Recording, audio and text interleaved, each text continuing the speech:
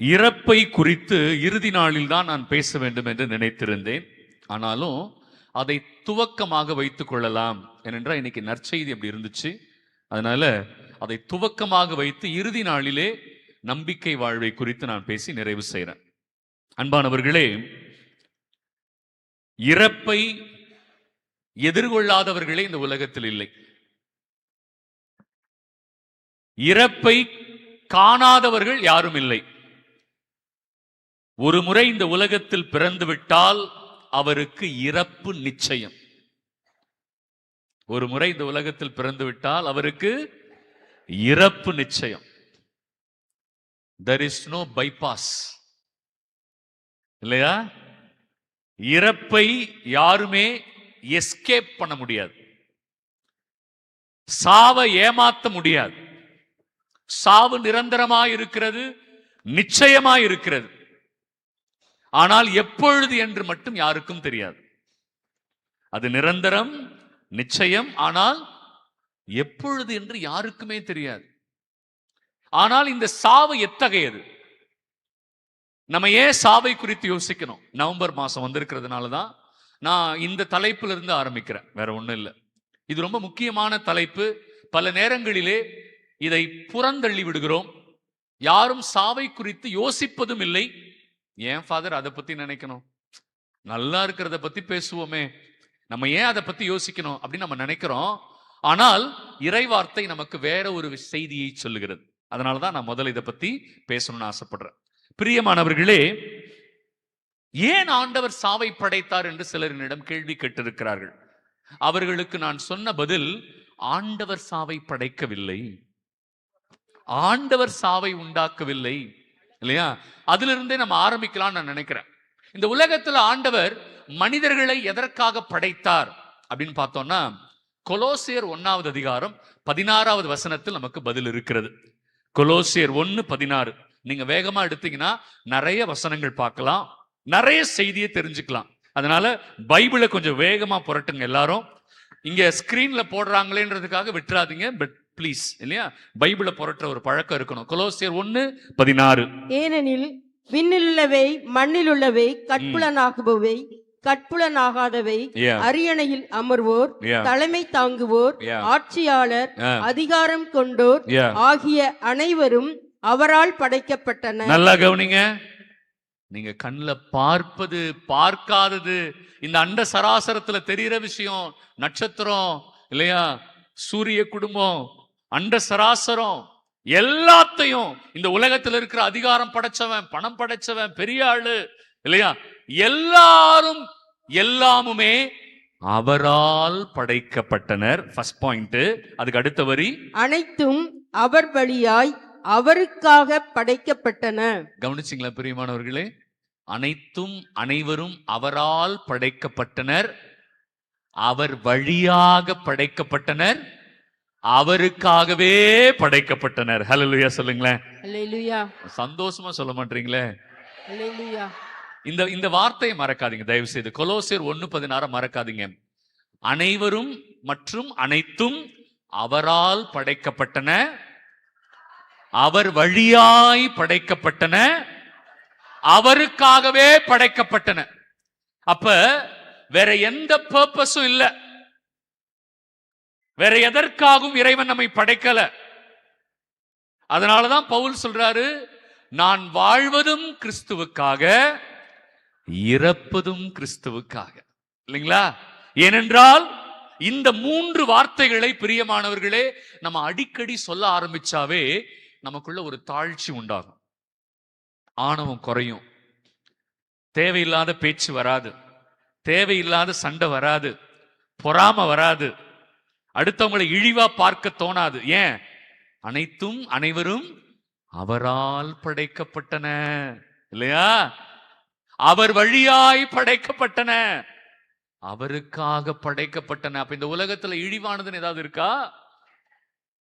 இவங்க மேல, இவங்க கீழே, இவங்க உயர்ந்தவங்க, இவங்க தாழ்ந்தவங்க, எப்படிங்க சொல்ல மனசு வருது? எப்படி அவங்களுக்கு சொல்ல மனசு வருது? அவங்க உயர்ந்த ஜாதி, இவங்க தாழ்ந்த ஜாதி, எப்படி சொல்ல மனசு வருது? அனைவரும் அனைத்தும் அவரால் படைக்கப்பட்டன, அவர் வழியாய் படைக்கப்பட்டனர், அவருக்காக படைக்கப்பட்டனர். அதை குறித்து பேச நமக்கு என்ன அருகதை இருக்கு? நமக்கு என்ன தகுதி இருக்கு? இல்லையா? அப்ப இந்த உலகத்தில் தாழ்ச்சி, மரியாதை, பரிவு, அன்பு, இரக்கம், இந்த வசனத்தை நம்ம அடிக்கடி தியானிச்சாலே வந்துரும். இந்த வசனத்தை அடிக்கடி சொன்னாலே போதும். நீங்க எப்பெல்லாம் உங்களுக்கு வாய்ப்பு கிடைக்குதோ, கொலோசியர் 1:16 ஞாபகம் வச்சுக்கோங்க. அனைவரும் மற்றும் அனைத்தும் அவரால் படைக்கப்பட்டன, அவருக்காக படைக்கப்பட்டன, அவர் வழியாய் படைக்கப்பட்டன. ஆகவே ஆண்டவரே, நான் ஒரு பொழுதும் யாரையும் இழிவாகவோ தவறாகவோ பேசாமல் எண்ணாமல் வாழ்கிற ஒரு வாழ்க்கை எனக்கு தாங்க அப்படின்னு சொல்லி முதல்ல ஆரம்பிப்போம். இதுதான் இந்த மனுக்குல வாழ்க்கையினுடைய அடிப்படை குறிக்கோள். The existential purpose of the entire humanity. இதற்காகத்தான் நாம் படைக்கப்பட்டோம், அவருக்காகத்தான் படைக்கப்பட்டோம். இந்த உலகத்தில் சொத்து சேர்த்து வைக்க அல்ல, இந்த உலகத்தில் பெருமையை சேர்த்து வைக்க அல்ல, இந்த உலகத்திலிருந்து எதையும் வாரி கட்டி கொண்டு போவதற்காக நாம் படைக்கப்படவில்லை, அவருக்காக படைக்கப்பட்டோம். அப்பதான் சாவு எங்கிருந்து வந்தது ஃபாதர்னு ஒரு கேள்வி வரும் இல்லையா? நம்ம எல்லாரும் அவருக்காக தானே படைக்கப்பட்டோம், சாவு எங்கிருந்து ஃபாதர் வந்தது? சாலமோனின் ஞானம் 1வது அதிகாரம் 13வது வசனம். யாராவது வாசிங்க. சாவை கடவுள் உண்டாக்கவில்லை. வாவ், சாவை கடவுள் உண்டாக்கவில்லை. கைத்தட்டி நன்றி சொல்வீங்களா? ஒரு வாட்டி நல்லா கை தட்டுவீங்களா? சாவை கடவுள் உண்டாக்கல. கடவுளால சாவு வரல, கடவுளால சாவு இந்த உலகத்துக்குள்ள வரல. யாராலன்னு கொஞ்ச நேரத்துல பார்க்கலாம். அந்த 14-15 வசனத்தை அப்படியே தொடர்ந்து வாசிச்சிருங்கம்மா. வாழ்வோரின் அழிவில் அவர் மகிழ்வதில்லை. நாம் அழிந்து போவதிலே இறைவனுக்கு விருப்பம் இல்லை, மகிழ்ச்சி இல்லை.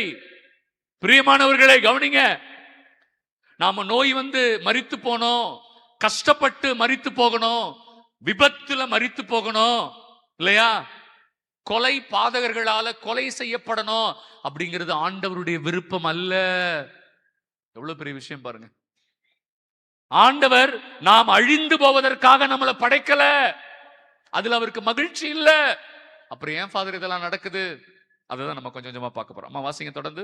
இருக்க வேண்டும் என்பதற்காகவே அவர் அனைத்தையும் படைத்தார். பாத்தீங்களா? நாம் அழிந்து போவதற்காக படைக்கப்படவில்லை, இருக்க வேண்டும், என் பிள்ளைங்க என் கூடவே இருக்க வேண்டும் என்பதற்காகவே ஆண்டவர் படைத்தார். உலகின் உயிர்கள் யாவும் நலம் பயப்பவை, அழிவை தரும் நஞ்சு எதுவும் அவற்றில் இல்லை. அன்பானவர்களே, இந்த உலகத்தில் இருக்கிற எதுக்குமே நஞ்சு இல்ல. ஃபாதர், பாம்புக்கு இருக்கே, உங்களுக்கு தெரியுமா?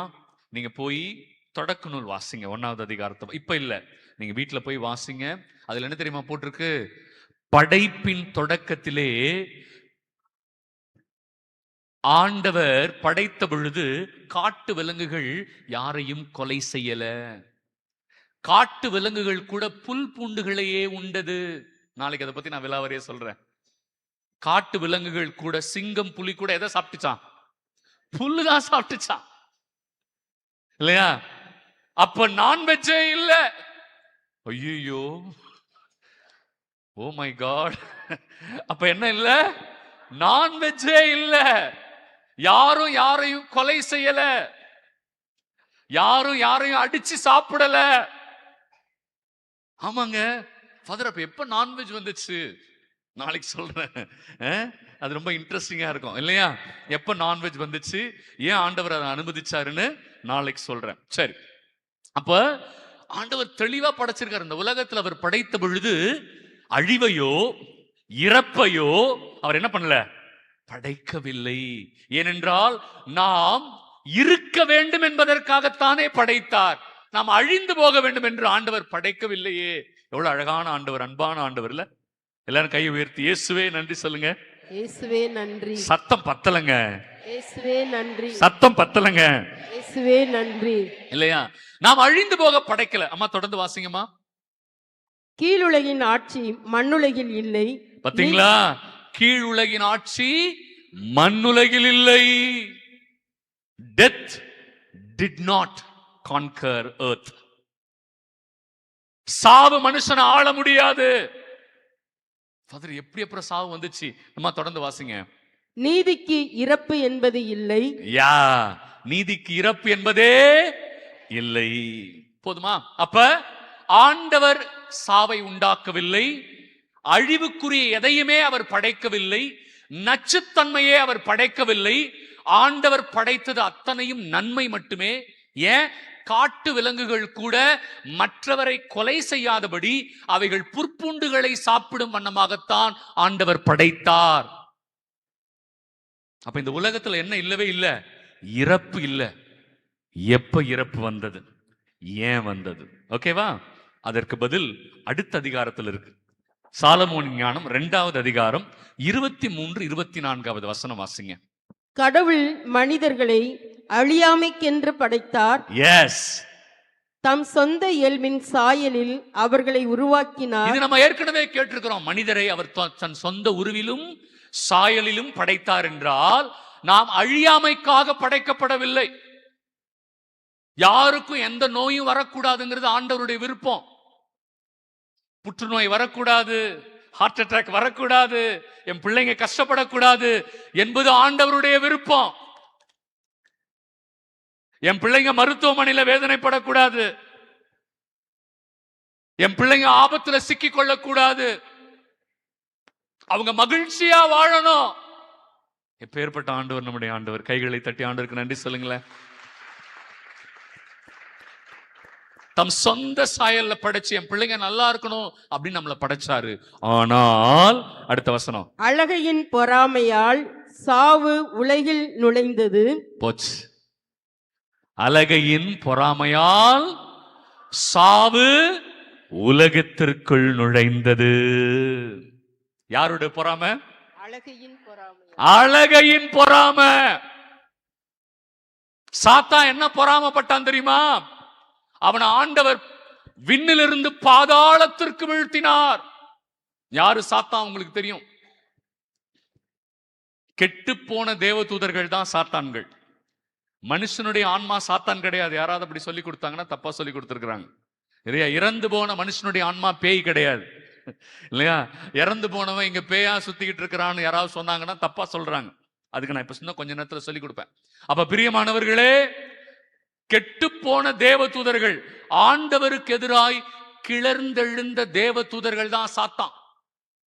ஆண்டவருக்கு எதிராக போராடினாங்க இல்லையா, அவங்க தான் சாத்தான். இந்த சாத்தானுடைய பொறாமை என்ன தெரியுமா?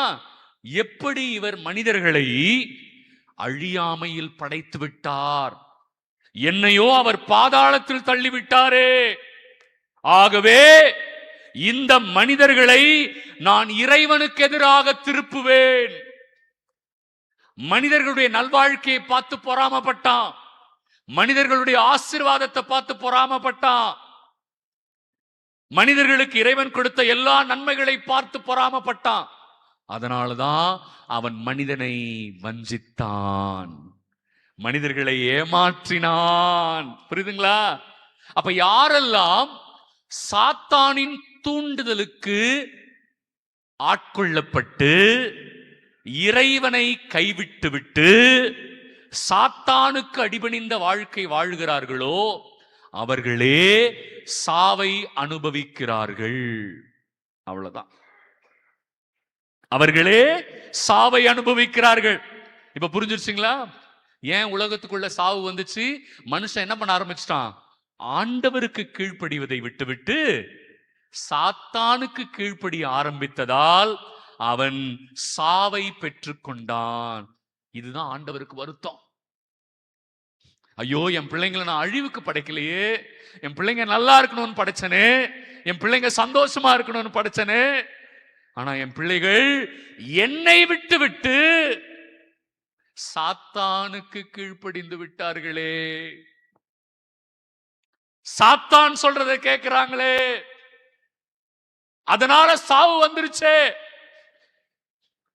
இவங்க சாவுக்காக படைக்கப்படலன்னு இவங்க கிட்ட எப்படி சொல்றது? தொடர்ந்து முடிச்சிருங்க, நான் வாசிக்கிறேன். சொல்லுங்க, முடியுமா? அதை சார்ந்து நிற்போர் இறப்புக்கு உள்ளாவர். அவனை சார்ந்து நிற்கிறவர்களே இறப்புக்கு உள்ளாவர்.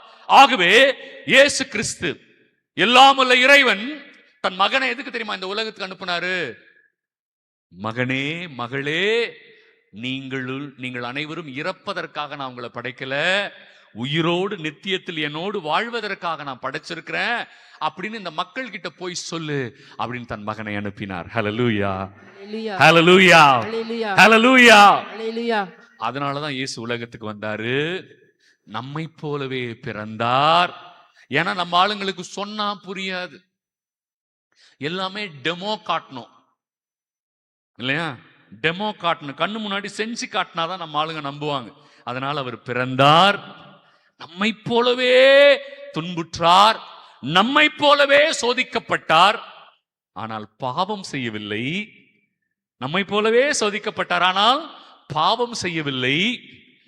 நம்மை போலவே தண்டனையான ஒரு மிகப்பெரிய தண்டனையான சிலுவை சாவை அனுபவித்தார். அதுக்கப்புறம் இந்த உலகத்துக்கு காட்டினாரு, சாவு நிரந்தரம் இல்ல, உயிர்ப்பு தான் நிரந்தரம். நான் உயிர்த்திட்டம் பாருங்க, அதை போலவே நீங்களும் உயிர்ப்பீர்கள் என்கிற செய்தி இந்த உலகத்திற்கு சொல்லவே ஆண்டவர் இயேசு கிறிஸ்து உலகத்திற்கு வந்தார். கைகளை தட்டி ஆண்டவருக்கு நன்றி சொல்லுவோம். சோ இறப்பு நிரந்தரம் அல்ல, அதற்கு பிறகு ஒரு வாழ்க்கை இருக்கிறது. ஆகவே மனிதர்கள் எல்லோரும் சாவு பயத்துல வாழ்றாங்க. யாருக்கு சாவு பயம் இல்ல சொல்லுங்க பாப்போம்? எல்லாருக்கும் பயம். சாவை பத்தி கேள்விப்பட்டாலே பயம். 98 வயசு தாத்தா பாட்டி கிட்ட கேட்டு பாருங்க, இன்னும் ஒரு 25 வருஷம் இருந்துட்டா போதும் இல்லையா?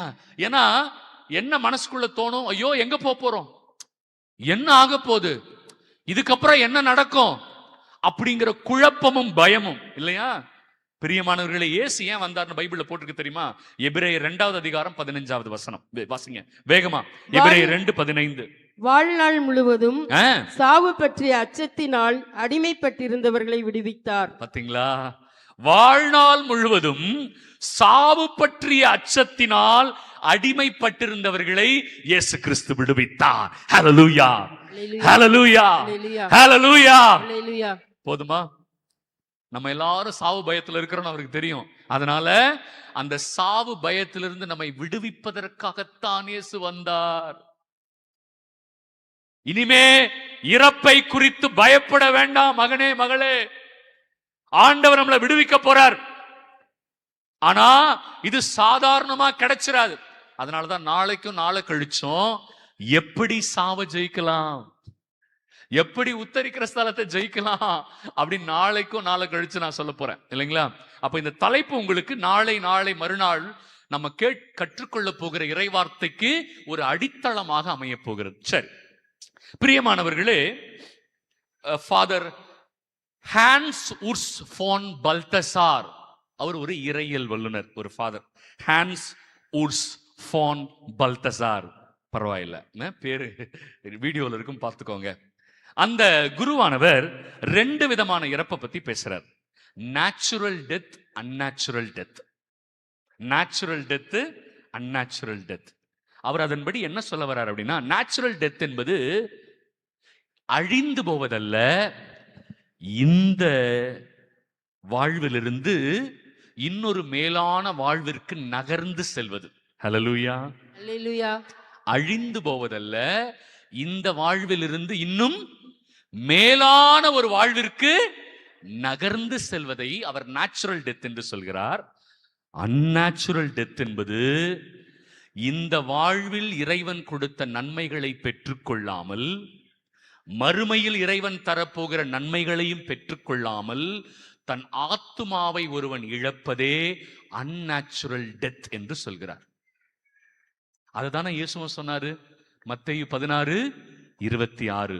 ஒருவன் இந்த உலகத்தையே தனதாக்கி கொண்டாலும் தன் ஆன்மாவை இழந்து விட்டால் அவனுக்கு எந்த பலனும் இல்லை. ஆகவே உன் ஆன்மாவை காத்துக்கொள். பார்த்தீங்களா? உன் ஆன்மாவை காத்துக்கொள். ஆன்மாவை காத்துக்கொள்ளாமல் ஒருவரால் இறை ஆசிரை பெற முடியாது. நிறைய நேரம் பிரியமானவர்களே, நம்ம மக்கள் எப்படிப்பட்டவங்களா இருக்காங்க தெரியுமா? புதுமைகளை நோக்கி ஓடுகிற மக்களா இருக்கிறாங்க. ஃபாதர், அங்க போனா புதுமை நடக்குமா ஃபாதர்? இங்க போனா புதுமை நடக்குமா ஃபாதர்? இல்லையா? அங்க போனா கை கால் சரியாயிடுமா ஃபாதர்? இங்க போனா தலைவலி சரியாயிடுமா ஃபாதர்? பிரியமானவர்களே, ஆண்டவர் இயேசு கிறிஸ்து அதை எப்படி வெறுக்கிறார் தெரியுமா? இந்த புதுமைகளுக்காக ஓடுகிற மக்களை இயேசு கிறிஸ்து நம்பவில்லை. ஏனென்றால் ஆண்டவர் இயேசு நம்ம கிட்ட என்ன எதிர்பார்க்கிறார் தெரியுமா? என் மகன், என் மகள் ஆன்மாவை காத்து கொள்ள போராடுகிறானா? ஏன்னா அதுதான் முக்கியம். அதை விட்டுட்டு இன்னைக்கு மக்கள் எதை நோக்கி போராடுறாங்க? சின்ன சின்ன விஷயம். அவங்களுக்கு பெரிய எண்ணங்கள் இல்ல. குழந்தை பாக்கியம் கிடைச்சிட்டா போதும், கல்யாணம் நடந்துட்டா போதும், வீடு வாங்கிட்டா போதும், என் புள்ள படிச்சிருச்சு, இல்லையா? நம்ம எல்லாருமே ரொம்ப குறுகிய வட்டத்துக்குள்ள ஓடிக்கிட்டே இருக்கிறோம். கிறிஸ்தவர்கள் முதலில் எதை நோக்கி ஓடணும் தெரியுமா? ஆன்மாவை காத்துக்கொள்ள ஓடணும். அதுதான் இறைவனுக்கு பிரியமான காரியம். அதனாலதான் இயேசு என்ன சொல்லுவார்னா, மத்தேயு ஐ திங்க் 6வது அதிகாரம் 31 - 33 யாராவது வாசிங்க. மத்தேயு 6:31. ஆகவே எதை உண்போம், எதை குடிப்போம், எதை அணிவோம் என கவலை கொள்ளாதீர்கள். கவனிச்சிங்களா பிரியமானவங்களே? கவனிச்சிங்களா? ஆண்டவரே, எனக்கு என்ன கிடைக்கும், நாளைக்கு என்ன கிடைக்கும்? அந்த ஒரு இடத்த சொல்லியிருக்கிறேன், அந்த இடம் முடிய மாட்டேங்குது, ஏதோ தடையா இருக்கு, என்ன தடைன்னு தெரியல, அதனால நான் இந்த தியான நிலத்துக்கு வந்தேன், அதனால நான் சர்ச்சுக்கு போனேன். பிரியமானவர்களே, அவ்வளவுதான நம்ம ஆண்டவர்? அவர் வல்லமையானவர் இல்லையா? அதிசயங்களை செய்ய வல்லவர் தான். ஆனா முதல்ல இதை கேட்காதீங்க, அந்த இடத்த முடிச்சு கொடுங்க ஆண்டவரே. அவர் என்ன ரியல் எஸ்டேட் ஏஜென்ட்டா? அந்த இடத்த முடிச்சு கொடுத்துருங்க. எப்படியாவது தடையா இருக்குது, ஒருத்தன் அடிக்கடி பிரச்சனை பண்றான், அவனை அப்படியே நகர்த்திட்டீங்கன்னா போதும் ஆண்டவரே, ஒன்னும் பண்ண வேண்டாம், அவனை அப்படியே நகர்த்திருங்க ஆண்டவரே, இல்லையா? ஆண்டவரே, ரொம்ப தடையா இருக்கு ஆண்டவரே, குழந்தை பாக்கியம் வரமாட்டேங்குது, ஒரே ஒரு ஏதாவது ஒண்ணு பண்ணி குழந்தை கொடுத்துருங்க ஆண்டவரே. பாருங்க, நம்ம நிறைய நேரம் இதை மட்டும்தான் கான்சென்ட்ரேட் பண்றோம், ஃபோக்கஸ் பண்றோம்ல. ஆண்டவர் சொல்றாரு, எதை உண்போம், எதை குடிப்போம், எதை அணிவோம் என்று கவலை கொள்ளாதீர்கள். தொடர்ந்து வாசிங்க. ஏனெனில் பிற இனத்தவரே இவற்றையெல்லாம் நாடுவர். யாரு இதெல்லாம் நாடுவாங்க? சத்தமா சொல்லணும். என் பிள்ளைங்க இதை நாட மாட்டாங்க, என் பிள்ளைங்க இதை மட்டும் கேட்க மாட்டாங்க, இல்லையா? என்னை பற்றி தெரியாதவர்கள் தான் எப்ப பார்த்தாலும் அதிசயம் அற்புதம்னு பேசுவாங்க. பிரியமானவர்களே, ஆண்டவர் விரும்புவது ஒன்றே ஒன்றுதான். நாம் அனைவரும் நம் ஆன்மாவை காத்துக் கொள்வதுதான் ஆண்டவருடைய விருப்பம். கைகளை தட்டி ஆண்டவருக்கு நன்றி சொல்லுங்க.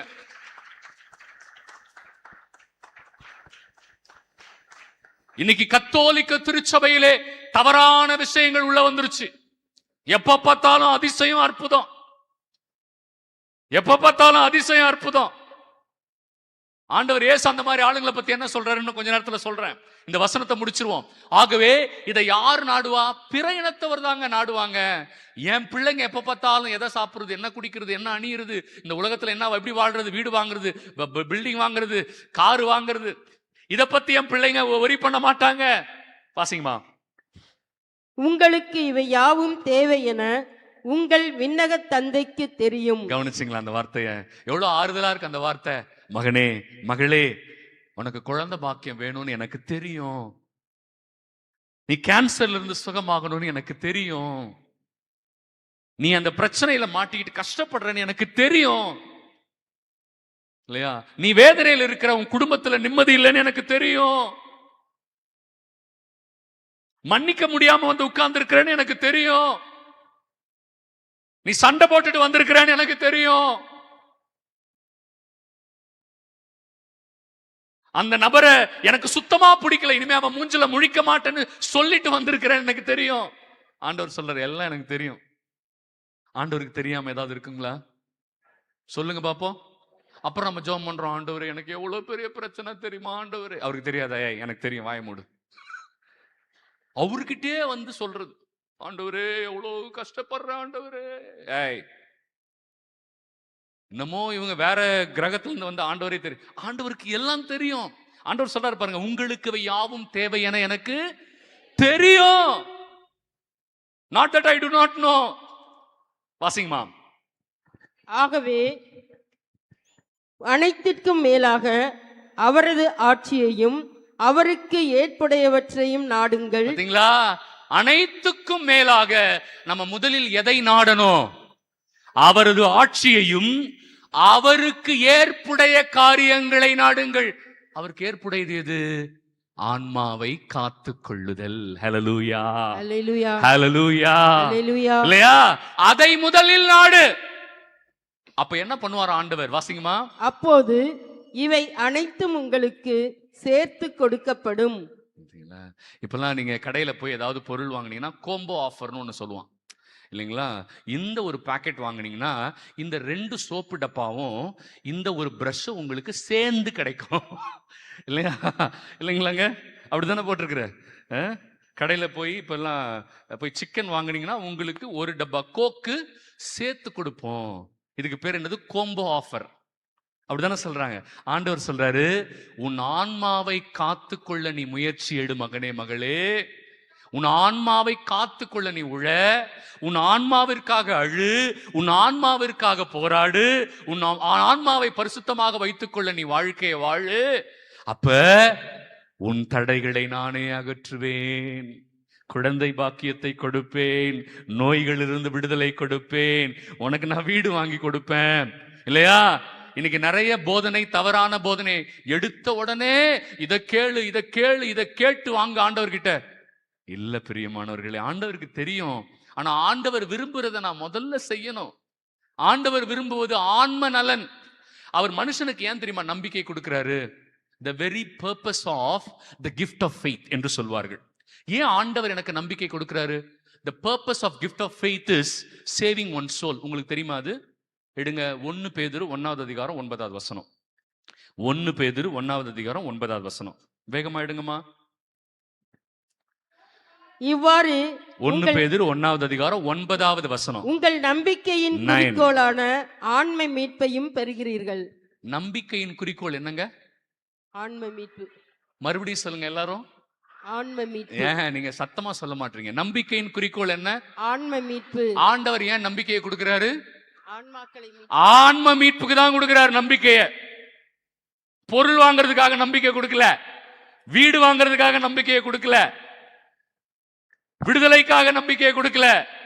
ஆண்டவர் கொடுக்கிற நம்பிக்கையினுடைய நோக்கமே என்னது? ஆன்ம மீட்பு. திஸ் பாருங்க எவ்வளவு அழகா இருக்கு பைபிள் வசனம். இதுதான் என்னுடைய பர்பஸ். நான் உங்களுக்கு நம்பிக்கையை கொடுக்கிறதே முதல் காரணம் என்னது? ஆன்ம மீட்பு. உங்கள் ஆன்மாவை காத்துக் கொள்ளுங்கள் பிரியமானவர்களே. இந்த உடல் 3 பகுதியா இருக்கு. இந்த உடல் 3 பகுதியாக இருக்கு பிரியமானவர்களே.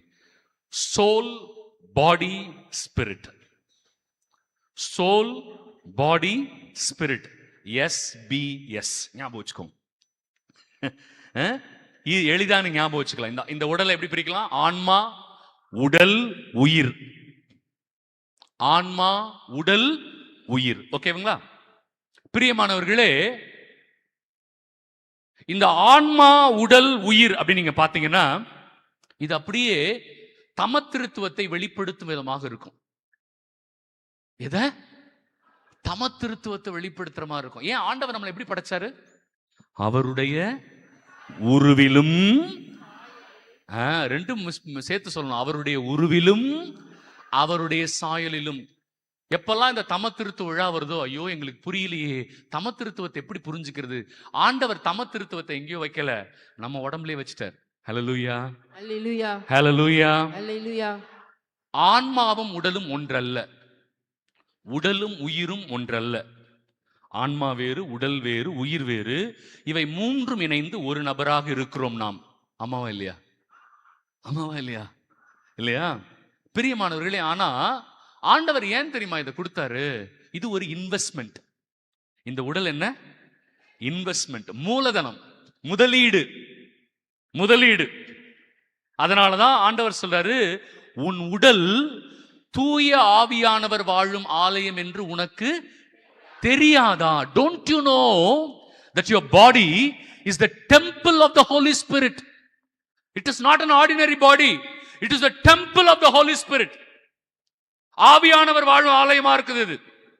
ஆனா பாவம் செய்யும் பொழுது ஆவியானவர் உடம்புல இருக்க மாட்டார், உடம்பை விட்டு வெளியில போயிடுவார்.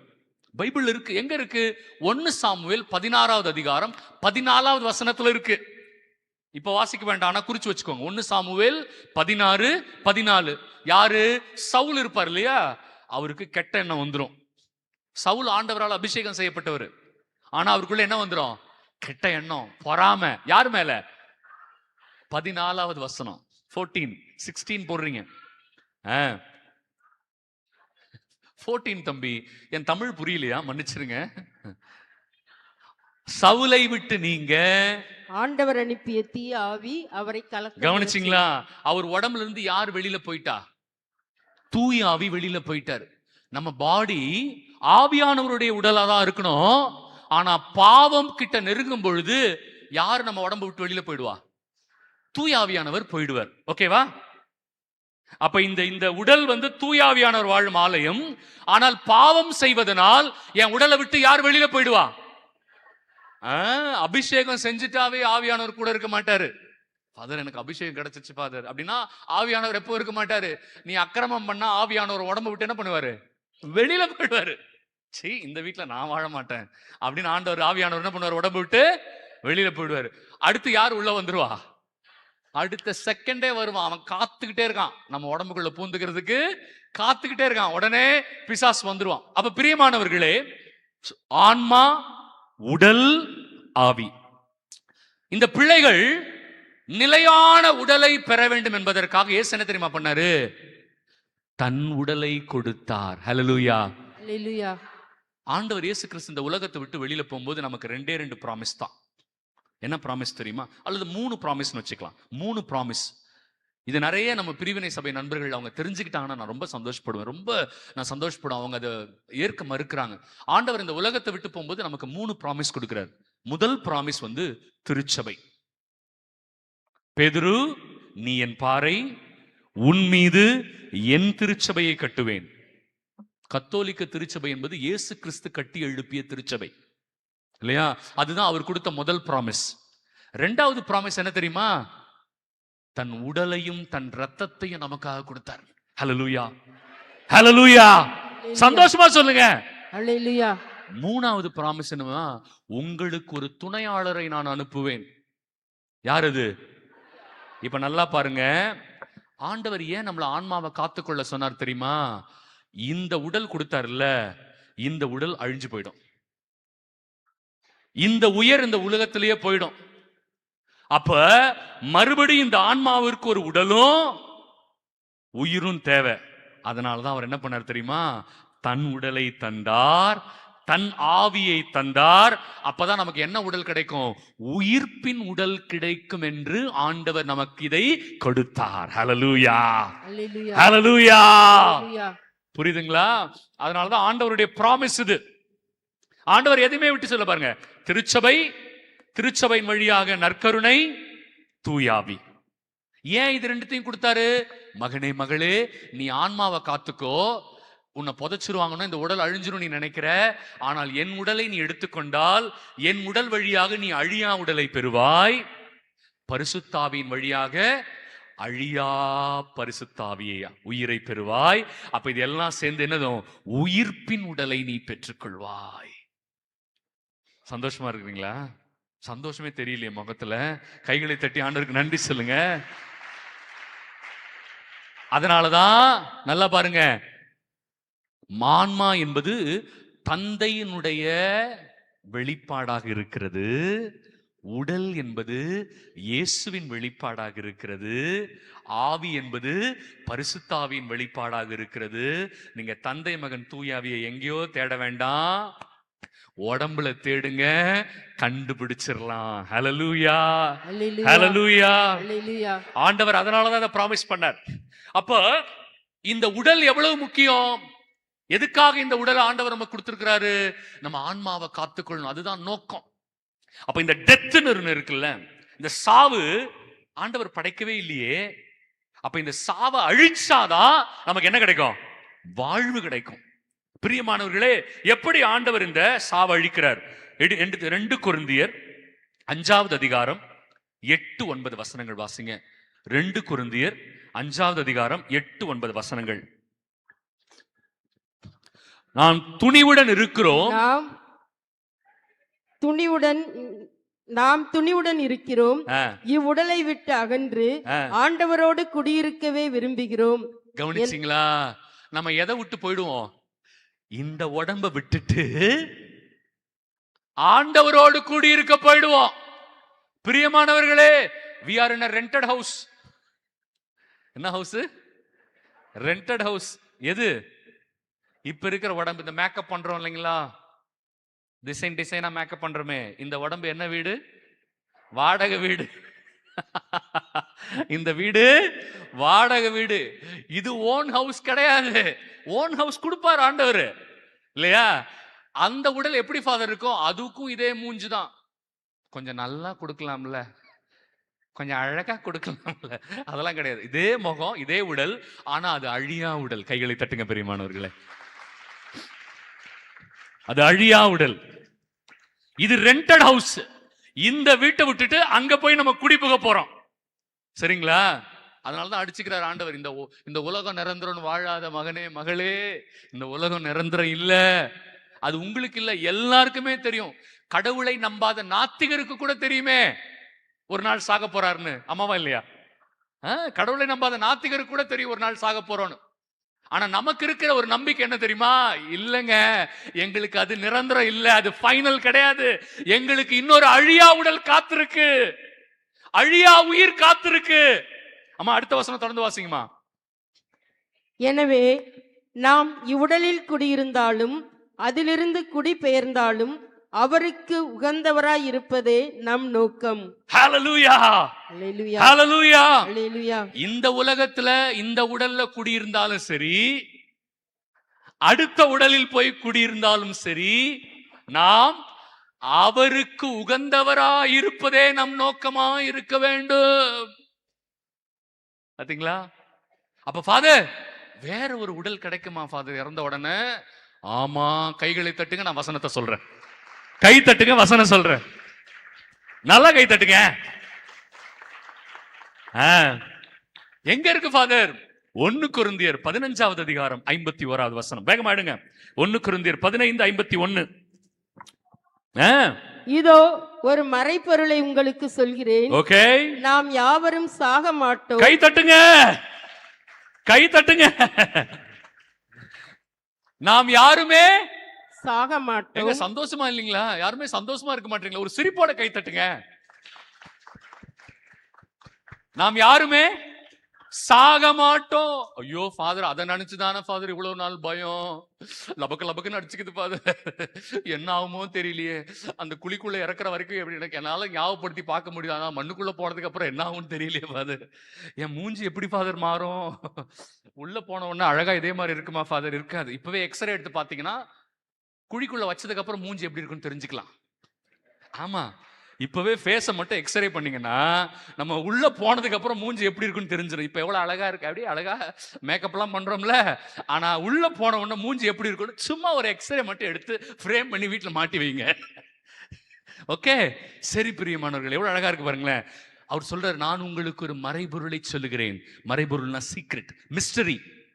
நான் உங்களுக்கு ஒரு மறைபொருளை சொல்லுகிறேன். நாம் யாருமே சாக மாட்டோம். வாசிங்கம்மா. ஆனால் அனைவரும் மாற்றுரு பெறுவோம். கைகளை தட்டி ஆண்டவருக்கு நன்றி சொல்லுங்க. நீங்க முடிஞ்சா வீட்டுக்கு போய் இந்த அதிகாரத்தை முழுசா படிங்க. அதுல என்ன தெரியுமா போட்டிருக்கு? மண்ணகத்தில் வாழ்வதற்கென்று ஒரு உடல், விண்ணகத்தில் வாழ்வதற்கென்று ஒரு உடல். இந்த உடல் இந்த உலகத்தில் எதற்காக கொடுக்கப்பட்டது? ஆன்மாவை காத்துக் கொள்வதற்காக. சத்தமா சொல்ல மாட்டீங்களே. இந்த உடல் எதுக்காக கொடுக்கப்பட்டிருக்குது? காத்து கொண்டால் என்ன கிடைக்கும்? அழியாத உடல் கிடைக்கும். That is the reward. அதுதான் ரிவார்டு. பாத்தீங்களா? பனிஷ்மெண்ட் எது?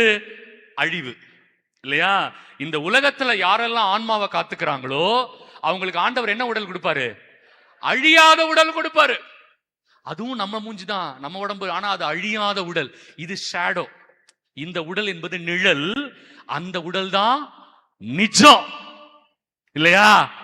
இந்த உடலுக்கு வயசாகும், அந்த உடலுக்கு ஐயோ அதான ஃபாதர் வேணும், அதுதான் ஃபாதர் வேணும். இல்லையா? இந்த உடலுக்கு வலிக்கும், அந்த உடல்ல வலி இருக்காது.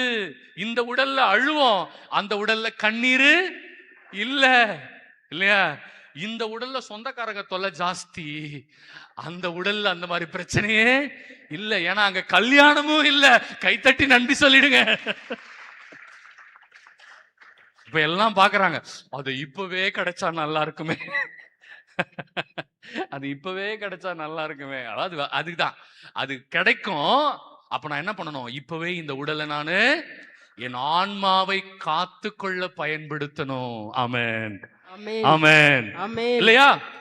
அதனாலதான் ஆண்டவர் சொல்றாரு, அடிக்கடி உங்களுடைய இறப்பை நீங்கள் எண்ணி பார்க்கணும். திருப்பாடல் 39:4. சீக்கிரம் வேகமாடுங்க. திருப்பாடல் 39:4. வெறும் இறப்பை மத்தி மாக்கிறோம், நிறைய இருக்கு. யாருமா? ஆண்டவரே, என் முடிவு பற்றியும் என் வாழ்நாளின் அளவு பற்றியும் எனக்கு அறிவுறுத்தும். கவனிச்சிங்களா? ஆண்டவரே, என் முடிவு பற்றியும் என் வாழ்நாளின் அளவு பற்றியும் எனக்கு அறிவுறுத்தும், அப்போது நான் எத்துணை நிலையற்றவன் என உணர்ந்து கொள்வேன். கைகளை தட்டி ஆண்டவருக்கு நன்றி சொல்லுங்க. Lord, remind me how brief my life is. எவ்வளவு அழகா இருக்குல்ல? ஆண்டவரே, இந்த உலகத்துல நான் எவ்வளவு சொற்ப காலத்தில் வாழ வேண்டியவன் என்பதை எனக்கு அடிக்கடி நினைவுபடுத்துங்க ஆண்டவரே. எனக்கு நினைவுபடுத்துங்க. நான் இந்த உலகத்துல என்னமோ பெர்மனண்டா வாழ போறவ மாதிரி வாழ்ற ஆண்டவரே. நான் என்னமோ அழியவே மாட்டேன், சாகவே மாட்டேன்ற மாதிரி இந்த உலகத்துல நான் வாழ்ந்துட்டு இருக்கிறேன் ஆண்டவரே. அடிக்கடி என் சாவை எனக்கு நினைவுபடுத்துங்க ஆண்டவரே. பாத்தீங்களா? அப்ப அடிக்கடி இறப்பை நினைத்து தியானிப்பது நல்லது, இல்லையா? நான் எவ்வளவு நிலையற்றவனு தெரிஞ்சாதான் எனக்கு நிலையான ஒரு உடல் கிடைக்க போதுங்கிற அந்த நம்பிக்கையும் அந்த ஆசையும் அதிகமாகும். யாரெல்லாம் இந்த உலகத்தை நிரந்தரம் நினைக்கிறாங்களோ அவங்களுக்கு என்ன இருக்காது? அடுத்த அந்த நிலையான உடல், அந்த அழியாத உடலை பற்றிய கனவு, ஆசை, வாஞ்சை, நம்பிக்கை அவங்க கிட்ட இருக்காது பிரியமானவர்களே. அதனாலதான் அவங்க நரகத்துக்கு போயிடுறாங்க. நான் நரகத்தை பத்தி பேசுவேன், இல்லையா? நாளைக்கு அதெல்லாம் நிறைய பேசுவேன், டீட்டெயிலா பேசலாம். ஓகே, நிறைய இன்ட்ரெஸ்டிங்கா இருக்கு, நிறைய விஷயம். பிரியமானவர்களே, இன்னொரு வசனம் சொல்றேன். திருப்பாடல் 90 எடுத்துக்கோங்களேன். ஐ திங்க் 90:12 நினைக்கிறேன். 90:12 வேகமாடுங்க. எங்கள் வாழ்நாளை கணிக்க எங்களுக்கு கற்பியும், அப்பொழுது ஞானமிகு உள்ளத்தை பெற்றிடுவோம். ஹல்லேலூயா, ஹல்லேலூயா, ஹல்லேலூயா. Lord, teach me to number my days that I may have a heart of wisdom. ஆண்டவரே, என் வாழ்நாட்களை எண்ணி கணிக்க எனக்கு கற்றுத்தாரும், அப்பொழுது ஞானமுள்ள இதயத்தை பெற்றுக்கொள்வேன். பிரியமானவர்களே, யார் அடிக்கடி தங்களுடைய இறப்பை தியானித்து ஆண்டவருக்கு நன்றி சொல்றாங்களோ ஆண்டவர் அவங்களுக்கு என்ன கொடுக்கிறாரு? என்ன கொடுக்கிறாரு? ஞானமுள்ள இதயத்தை கொடுக்கிறாரு. ஏன் இன்னைக்கு நிறைய பேர் அறிவில்லாம கொலை செய்யறான்? அறிவில்லாம ஏன் கொள்ளை அடிக்கிறான்? அறிவில்லாம அடுத்தவங்க சொத்துக்கு ஏன் ஆசைப்படுறான்? அறிவில்லாம அடுத்தவங்க அழிஞ்சு போகணும்னு ஏன் நினைக்கிறான்? அடுத்தவங்க அழிஞ்சு போறதுல சந்தோஷம் அடைகிறான். ஏன்? ஏன்னா அவனுக்கு இந்த ஞானம் இல்ல.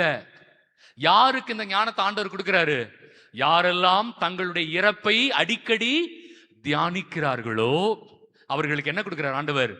ஞானத்தை கொடுக்கிறாரு, அறிவை கொடுக்கிறாரு.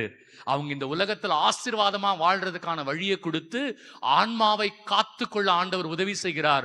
அப்பதான் எனக்கு என்ன கிடைக்கும்? அழியாத உடல் கிடைக்கும். பாத்தீங்களா? அதனாலதான் ஆண்டவர் சொல்ல, லார்ட் டீச் மீ, எனக்கு சொல்லி கொடுங்க ஆண்டவரே, நான் எப்படி அடிக்கடி இதை யோசிக்கணும்னு சொல்லி கொடுங்க. அதனாலதான் நம்ம தாய் திருச்சபை, கத்தோலிக்க திருச்சபை இந்த மாதம் முழுவதும் இறப்பை குறித்து தியானிக்கும்படி, இறந்தவர்களுக்காக ஜெபிக்கும்படி. அது சரியா தப்பான்னு சில பேர் கேள்வி கேட்பாங்க, நாளைக்கு நான் பேசுறேன் அதை பத்தி, இல்லையா? இறப்பை குறித்து அடிக்கடி நம்ம தியானிக்கும்படி நமக்கு சொல்லிக் கொடுக்கிறார். சாவின் நிழலில் நான் நடக்க நேர்ந்தாலும், என்ன வசனம் அது?